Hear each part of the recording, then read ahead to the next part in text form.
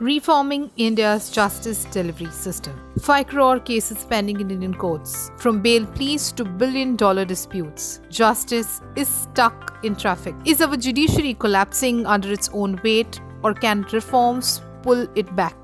As of mid-2025, over 5 crore cases are pending. District courts 4.6 crore plus cases. High courts 63 lakh plus cases. Supreme Court nearly 87,000 cases. Criminal cases move faster than civil ones, but some disputes drag on for decades. The Chief Justice himself warns of a fierce psychosis in granting bail and the culture of tariq pe tariq. Why the backlog? Low judge strength. Only 15 judges per 10 lakh people, far below the Law Commission's recommended 50. Frequent adjournments. A Delhi High Court study found 70% cases had 3+ adjournments. Government litigation. Almost half of pending cases involve government departments. Underused ADR.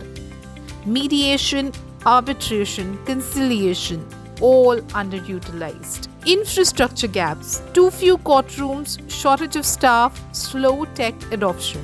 Key reform steps: boost judge capacity, fast track appointments, raise judge to population ratio, increase retirement age, upgrade infrastructure. National Judicial Infrastructure Authority plus expand e-courts for paperless filing and virtual hearings. Limit adjournments, time-bound hearings, summary trials, AI-assisted case management. Strengthen ADR. Effective implementation of the Mediation Act 2023 plus scale Lok Adalats. 27.5 crore cases settled in 4 years. Legal access for all. Expand tele-law, mobile legal clinics, pro bono services. The big picture. Justice delayed is justice denied.